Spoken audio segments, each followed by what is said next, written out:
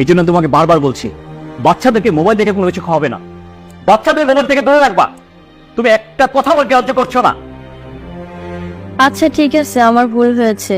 আমি আর মোবাইল দেখে বাচ্চাকে ভাত খাওয়াবো না। কিন্তু এটা তুমি কি করলে? মোবাইলটা ভেঙে ফেললে আমি যোগাযোগ করবো কিভাবে?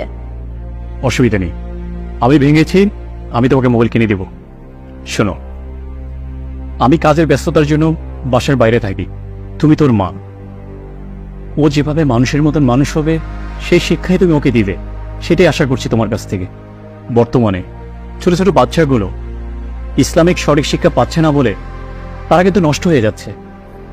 আর দেখো, আমি চাই আমাদের বাচ্চা যেন ইসলামিক আদর্শে যেন গড়ে উঠুক, এটাই আমি চাচ্ছি। সেই জন্য আমি তোমাকে বলছি যে তুমি ওকে মোবাইল থেকে দূরে রাখবে। আচ্ছা ঠিক আছে, তুমি কোনো চিন্তা করো না, আমরা ওকে মাদ্রাসায় ভর্তি করে দিব। ঠিক আছে, সেটাই যেন হয়। আমি চাই আমাদের বাচ্চারা যেন ইসলামিক আদর্শে যেন আদর্শ হয়। এখন তাহলে অফিসে যাও, তোমার দেরি হয়ে যাচ্ছে তো। ঠিক আছে, তাহলে আমি অফিসে যাচ্ছি, আর তুমি ওর দিকে খেয়াল রাখো। থাকো তাইলে, আল্লাহ হাফিজ। আল্লাহ হাফেজ।